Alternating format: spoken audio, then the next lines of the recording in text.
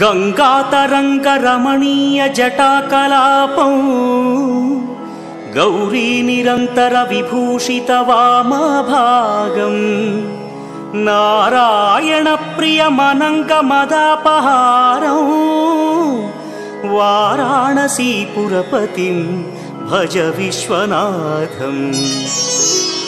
वाचामगोचरमनेक गुणस्वरूपं वागीश विष्णुसुरसेवित पादपीठं वामेन विग्रहवरेण्य कळत्रवन्तं वाराणसीपुरपतिं भज विश्वनाथं। भूताधिपं भुजगभूषणभूषितांगं व्याघ्राजिनाम्बरधरं जटिलं त्रिनेत्रं पाशाङ्कुशाभयवरप्रदशूलपाणिं वाराणसीपुरपतिं भज विश्वनाथं। सीतांशुशोभितकिरीटविराजमानं फालेक्षणानलविशोषितपञ्चबाणं नागाधिपारचितभासुरकर्णपूरं वाराणसीपुरपतिं भज विश्वनाथं। पञ्चाननं दुरितमत्तमतङ्गजानां नागान्तकं दनुजपुङ्गवपन्नगानां दावानलं मरणशोकजराटवीनां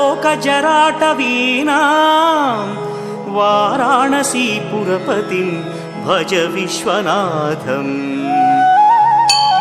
तेजोमयं सगुणनिर्गुणमद्वितीयम् आनन्दकन्दमपि राजितमप्रमेयं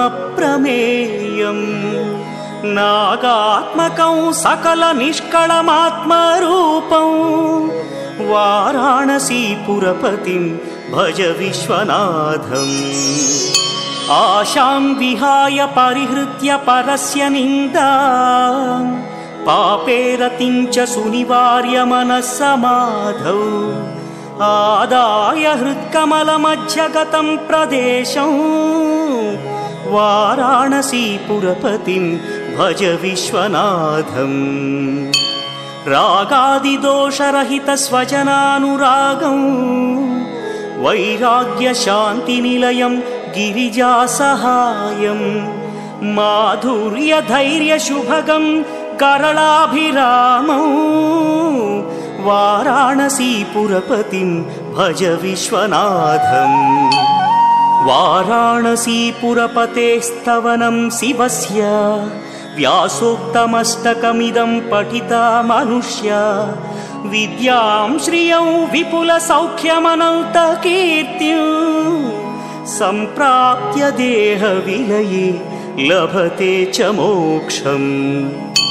विश्वनाथाष्टकमिदं यः पठेच्छिव सन्निधौ शिवलोकमवाप्नोति शिवेन सह मोदते।